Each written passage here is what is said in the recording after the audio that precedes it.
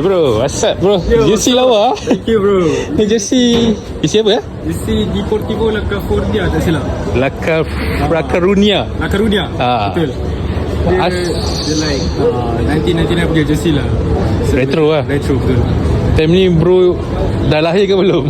Saya belum. Belum lahir. Belum. 2005 saya. Tapi memang beli sebab Saya beli memang sebab cantik lah. Mula-mula nak beli sama ada baju ni ataupun Betis. Real Betis. Real Betis betul. Hijau juga Betul hijau. So lala saya pilih dia lah.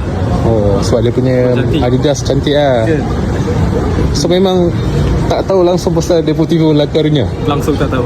Langsung tak tahu. Tapi Betis Betis saya tahu sebab memang today sepatutnya saya ada date kan nak matching baju warna hijau. Itu saya cari warna hijau tu. Oh Saya beli. Okay, very romantic lah bro. Bro. So Deportivo La Coruña ni dulu dia pernah layak Champions League, I think sampai quarter final. Oh ya? Itu zaman-zaman kalau nak cerita pasal player ada Belleron, Diego Tristan. Itu Tak kenal. memang tak kenal lah. Ini betul tu saya tengok rare tu Deportivo ni. That's true kan. So ni beli kat mana ni? Saya beli dekat Kota Damansara.